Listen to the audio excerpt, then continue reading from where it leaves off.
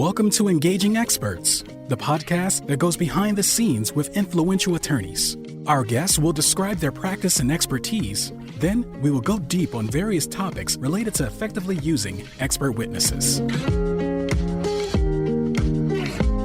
Hey everyone, John Corgan here. I am one of the co-hosts of this show, and we have got a great guest for you, which we're going to get to in a second. He's a celebrated, amazing individual who's got a wealth of knowledge and experience, and we're going to get to it in just a second. But before I do, this episode is brought to you by Roundtable Group, the expert on experts. For more than 25 years, Roundtable Group has helped litigators to locate, assess, and engage the best and most qualified expert witnesses.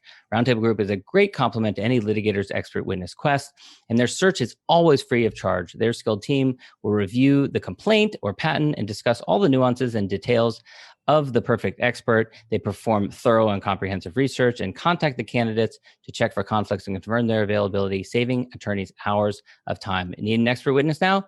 Visit roundtablegroup.com, or you can contact them at engagingexperts@roundtablegroup.com. And for today's guest, really impressive background, Professor Bruce Bueno de Mesquita. He's an emeritus senior fellow with the Hoover Institution and the Silver Professor of Politics at NYU, New York University. He's an expert on foreign policy and nation building. His current research focuses on political institutions, economic growth, and political change. He's also known for his research on policy forecasting for national security and for business concerns. His most recent book is The Spoils of War, Greed, Power, and the Conflicts That Made Our Greatest Presidents with Alastair Smith. But he is the author of 24 different books, about 150 different articles, and he's been profiled in all kinds of different media as well. And he also received his BA degree in 1967 from Queens College. He got his MA degree in political science from the University of Michigan and PhD from the University of Michigan as well. Bruce, it's an honor to have you here. And I have with me also the CEO and co-founder of Roundtable Group, Russ Rosenzweig, who, Russ, I wanted to throw it over to you real quickly because you have got a really interesting background and connection with game theory, which of course is Bruce's specialty. So I'll turn it over to you to just tell us a little bit about that background and that history. Sure. Hey, John, I'm really thrilled to introduce Bruce because he really has a small but important role to play in the founding of Roundtable Group over 25 years ago. You know, I was studying game theory at Northwestern University, and I had the privilege of studying with some superstars like Roger Myerson, who went on to win the Nobel Prize in economics. But kind of secretly, I also loved taking history classes and comparative religion classes and political science classes. And Bruce has weaved together all of these fields into just a beautiful dynamic tapestry of different kinds of areas of expertise. And it was because of people like Bruce and Roger and the many other world-class teachers that I studied under in college. That was the whole inspiration for founding Roundtable Group, to bring people like Bruce to the world of commerce and to help them, like rock stars typically have agents and business managers. We wanted to help experts like Bruce to, be engaged more frequently in the consulting and commercial context, and particularly, as everybody knows, in the expert witness context, which is what Roundtable Group's focus is. And the reason I'm so thrilled to have Bruce here as one of our very, very first pioneering podcast participants is because, unlike the thousands of other experts that we spend our time introducing to lawyers to serve as expert witnesses, Bruce has a product and a technique and a framework for helping lawyers regarding settlement agreements. And we all know, John, that 99% of cases settle. though it could take months or years before people finally get around to getting serious about settlement discussions. And among Bruce's many, many topics of expertise, the one I really want to highlight here is his ability to help lawyers not only using game theory figure out what a likely settlement agreement will be, like what the amount will be, but also to have leverage and have an ability to change that amount and make it higher or lower based on a number of techniques, arguments, persuasion skills, things they can do. And Bruce really has mastered this art. And not a lot of lawyers know about, Bruce and Roundtable Group's ability to, help them with regard to settlement agreements. So I'm so thrilled to introduce Bruce and have you guys really discuss this in more depth. Yes, Bruce.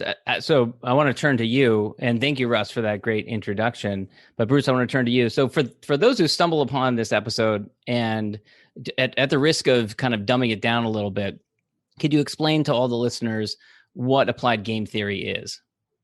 Sure. Thank you, Russ. Those were very nice remarks. Applied game theory is a way of understanding how people deal with each other strategically, taking into account what they believe the other person is going to do if they make this choice or that choice or a different action.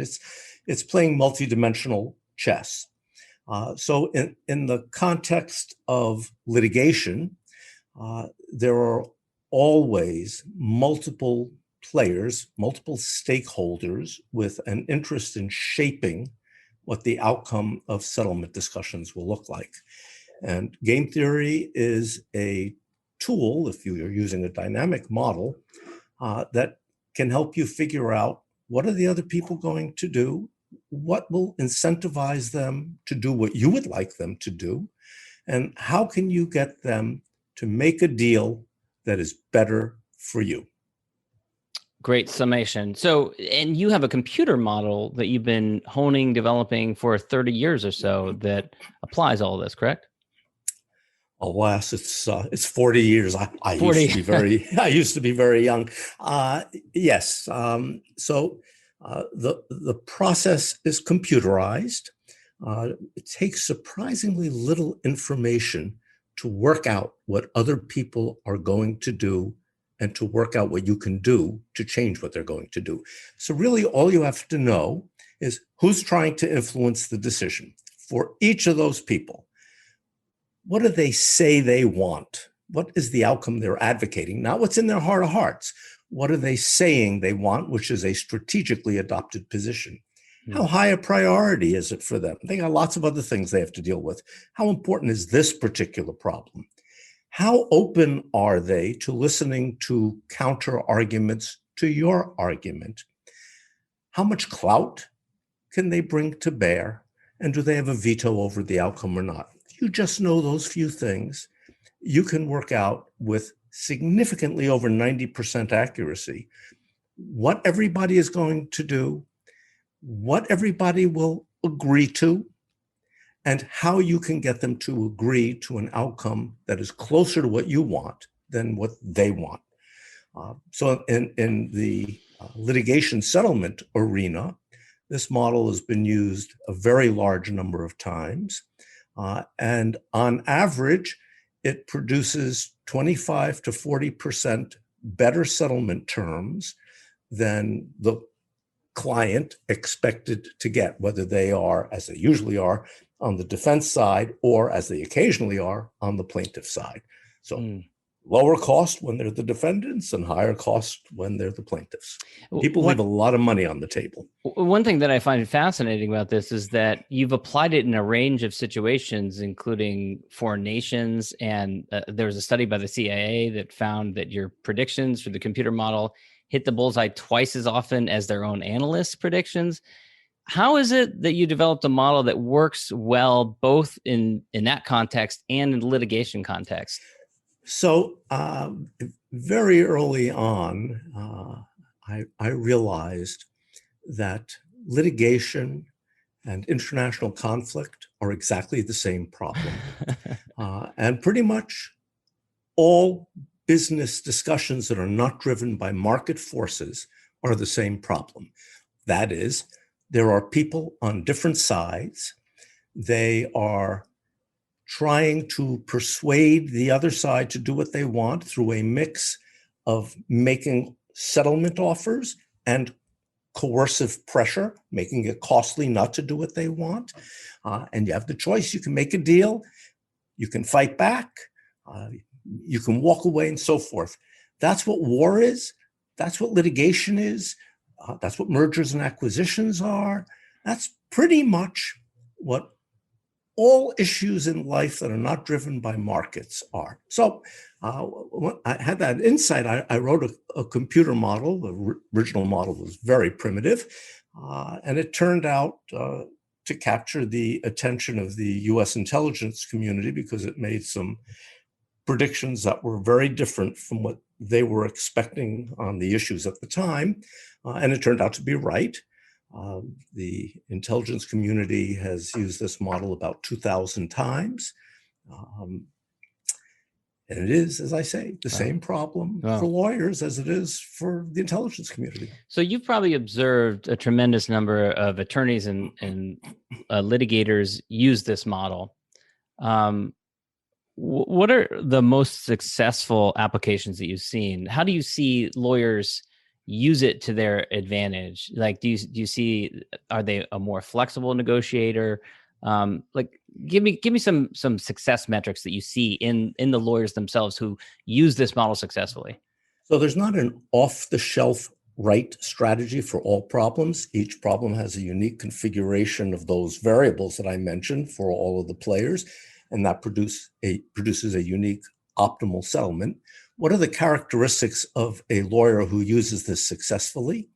A strong ego, a person who is willing to entertain the possibility that their data with a mathematical model can produce better solution concepts than they came up with on their own. That's a hard thing for a lot of people to accept. There's some attorneys I've worked with for decades. They have that characteristic. They have a deep interest in getting the best result for their client. They don't have a huge ego involvement with do what I say, as opposed to let's look at other ways to look at the problem. That is the key. Interesting.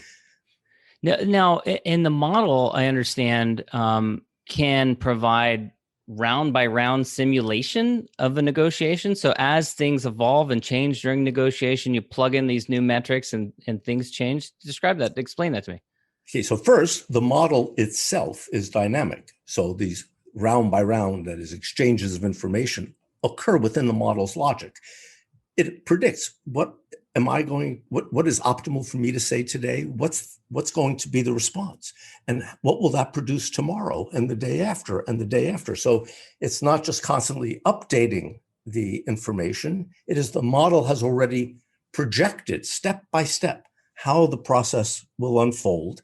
And so it gives you insights into when is the time to say we should stop talking and take this deal because it's going to head in a worse direction perhaps in the future, or it's getting better and we should keep talking. There are times when new things are learned where there's a realization that you need to make some change to the inputs because there's been an external shock, which has changed the trajectory. I have literally on some litigations sat in a room next door to where discussions are taking place, instructed the client to take a certain number of coffee breaks and come in, update me, and plug in some new data if necessary, and go back into the room. But most of the time, the model is correctly working out what the trajectory of the conversations are. I mean, in the early models, it was all very primitive. Now the dynamics are quite powerful. And so the user has really the opportunity to play out the negotiation before ever sitting down with the other side. And not that's got to be It's got to be like, once you've used that model, you couldn't imagine going back to not using that model when you've had that kind of roadmap to map it out for you. I'm curious though, when you're working with attorneys, how often does the model spit out a scenario or a suggestion that then that lawyer, you make it to the lawyer and you say, here's what you should do. And then the lawyer says, no way. No, I couldn't do that, or I couldn't imagine that would produce the result that we're looking for. In other words, how often does it completely surprise them? Oh, quite often. I would say that 80% of the time, the model produces an approach to the problem that differs from what the attorney had in mind. The percentage who then say, oh, no, there's no way, that couldn't possibly be right, that's much smaller because the people who use the model repeatedly are people that is the value right, added. Right. To tell an attorney, you're right, it's going to play out just the way you think, pay me, well, why am I, right. What have I gotten out of this? Right. The value added is seeing a better way through the problem, where better is defined by it produces an outcome closer to what the attorney wants for his or her client. Got it. I imagine there's a lot of attorneys that pick up beers afterwards saying, you were right. You were right. Well, I didn't think it would work, but it worked. I've got tons of emails from attorneys that say things like, it's like magic. How did that happen? They did just what you said. Have you had any scenarios where, I imagine you only would represent one side, but are there ever any scenarios where if both sides are using the model, what happens? So my dream is that both sides use the model. And I've given talks to mediation groups and so forth with the hope that that would happen.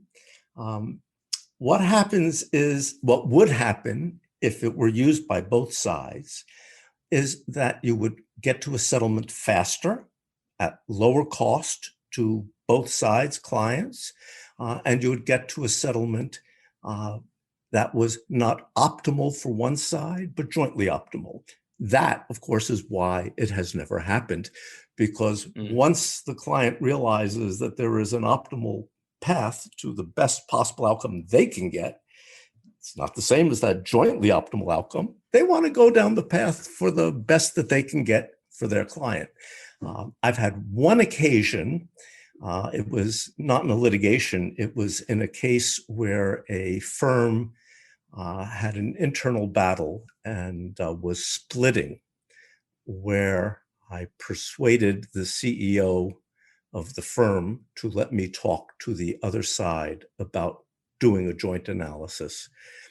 And when I went to the leader of the opposite faction, he had experience with the model. He knew it worked. I'd been under retainer with this firm for a long time. He said, I know this works, but so-and-so sent you to talk to me. So how can I trust that you're not really going to be doing what's just good for him? Sure. So he didn't do it. And yeah, he would have been much better off if he had, but that's another matter. What about courts? Courts are always trying to do things more efficiently, and these days they have limited resources. Are courts, they seem to would have a vested interest in widespread adoption? I don't think that that's right. No? Courts don't have an interest in the outcome. Courts certainly have an interest in settlement because faster their dockets are packed. Yeah. So I could imagine judges routinely will say to attorneys in a dispute, go work this out. Right. But I would be very surprised if they steered them towards using a tool. Arbitrators, mediators, I can well imagine that. Their interest is to see a settlement, and they don't have the same constraints on them that a judge does. But overwhelmingly in the litigation arena, the people who use the model are attorneys, not the courts. Got it. This has been fascinating. Anything in particular that we haven't covered that if I'm an attorney listening to this and we haven't used your model before, that they should know that would persuade them that they should be? So it's very little work for the attorney. There is some upfront effort. They have to assemble a small group of people who are very knowledgeable about the problem. Those people will provide the input data. That is, who are the stakeholders? What are they each likely to be advocating? How high a priority is it, and so forth. They will never be asked what will happen. We know well from research by people like Phil Tetlock that experts know the facts, but they don't have good judgment about how things will unfold in the future. That's the model's comparative advantage. Once the attorney puts that little bit of time in to assemble a group of experts and to get those experts to sit down and answer the questions that will lead to numerical data about the variables, the next commitment of the attorney is to listen to a briefing on here's how things are likely to unfold. Here are the things that you can do to make them unfold better. Here's what you could get. Here's what you otherwise will get. Here's what you do to get it. And then they're off and running.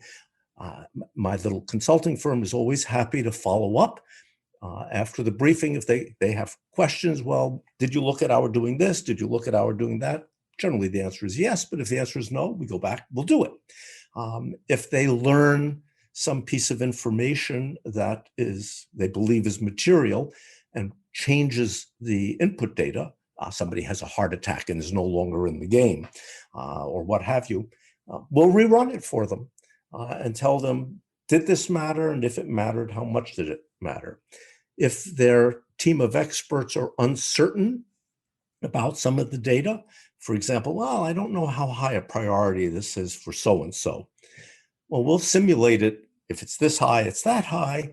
And if it generally doesn't matter if there are a number of players, but if it does matter, then we will help the attorney to see innocuous things they can do to find out which is the right number.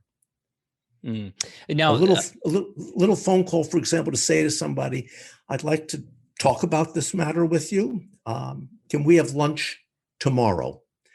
If the answer is yes, this is a high priority for that person. If the person says, I'm very busy, call me in 3 months, it's a very low priority. You've pinned down that value. Mm-hmm. And they don't know that they've given you data. That's great. Now, over 40 years, computing power has changed tremendously, of course. And there's a lot of talk, especially mainstream media, about AI, the advent of AI. How do you see those changes in computing power and AI affecting your model? So when I started doing this, I had an upper bound of about 12 players.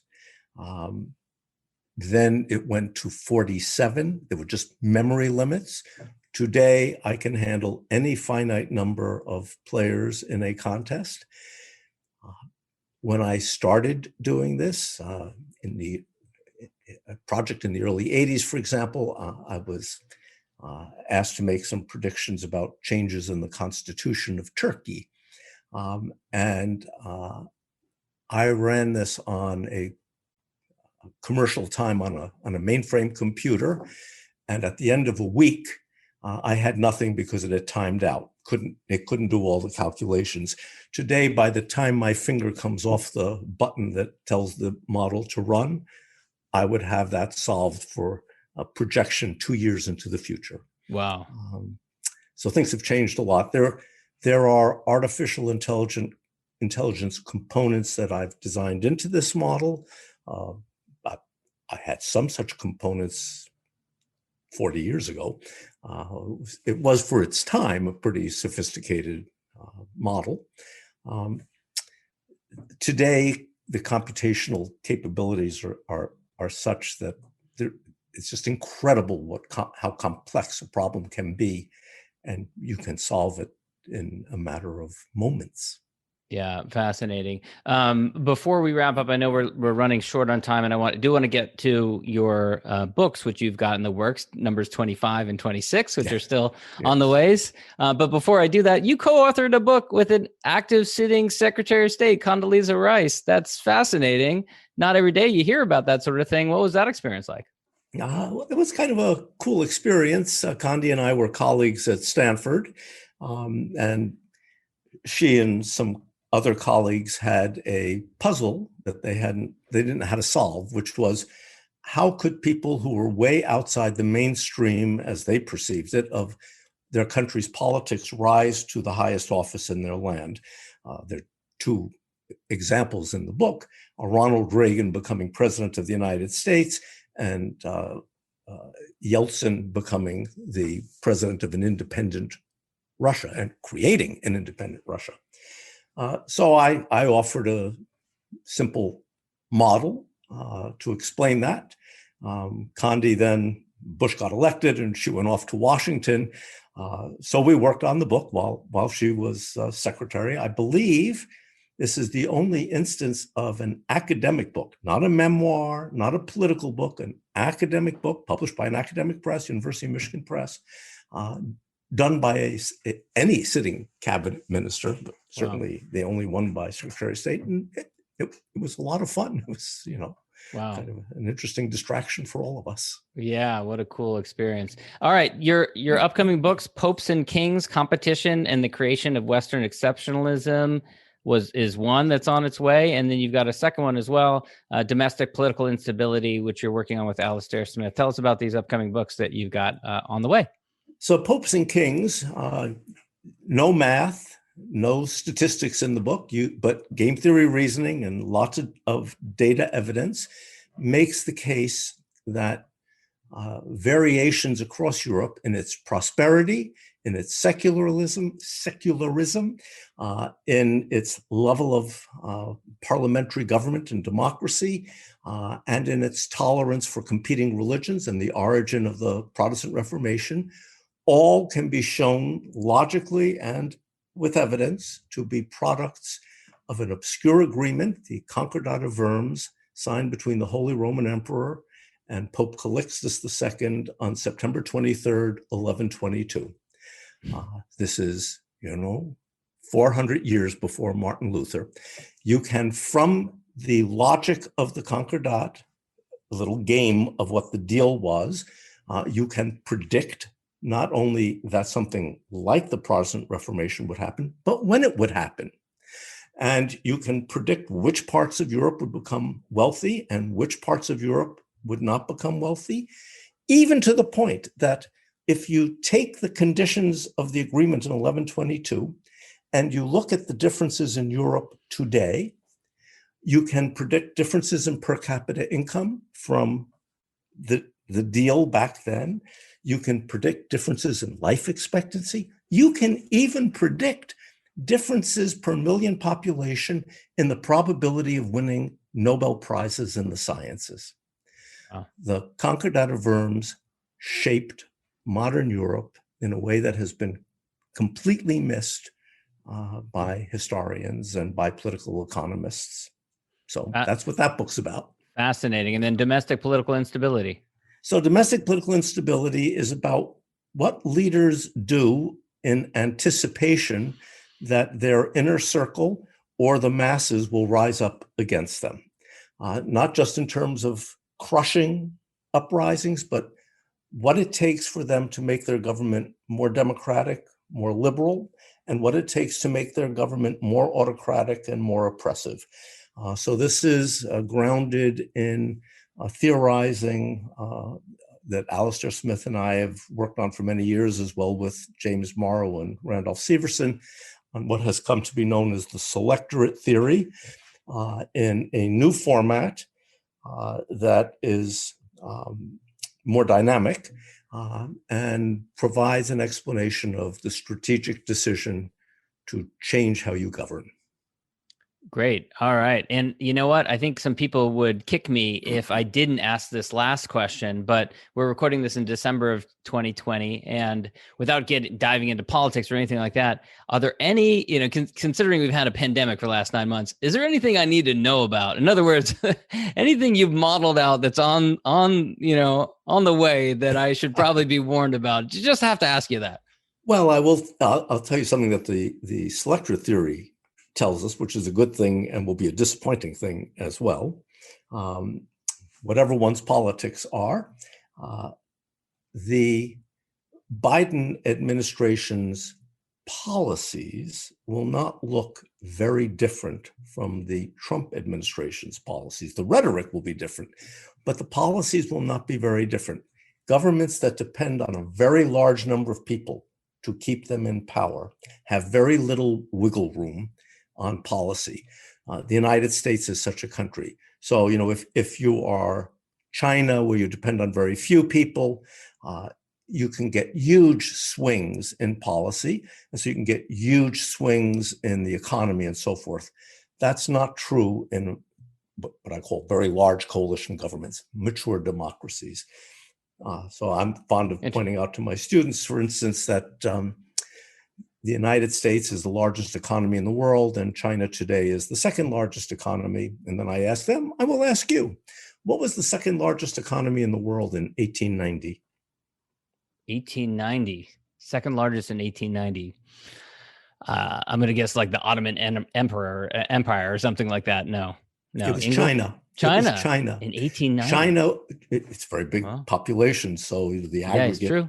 Yeah. So China went through huge swings in policy. It went from being second largest to being a relatively minuscule economy in between, and now it's back to being second largest. Whereas large coalition governments like the United States chug along slowly but steadily, moving up. Interesting. So there won't be big changes. So that's assuring for people who are a little bit worried about China taking over the United States. Yes. Should be. Good to know. Good to know. Bruce, this has been wonderful. Bruce Bueno de Mesquita. Where can people go to learn more about you or learn more about the work that you do or check out your books? Well, they can go to Amazon to find the books. They will love The Dictator's Handbook, which is the selector theory without math. They can look me up at NYU, look me up at the Hoover Institution. I've got a rather large web presence. A lot of people have things to say about me, bad, good, and indifferent. The selector theory's got a Wikipedia page. Dictator's Handbook's got a Wikipedia page. Predictioneer's Game, which is on this forecasting model, has a Wikipedia page. I have no involvement in any of those pages. I don't write Wikipedia pages. I just do my thing. So, and I have a Wikipedia page, so they can Google the name. You can find all those links. Excellent. Bruce. Yeah, there are not a lot of Bueno de Mesquitas out there, though, more than you would think. Thanks so much, sir. Thank you. Thanks for listening to Engaging Experts. Be sure to click subscribe so you don't miss our future episodes.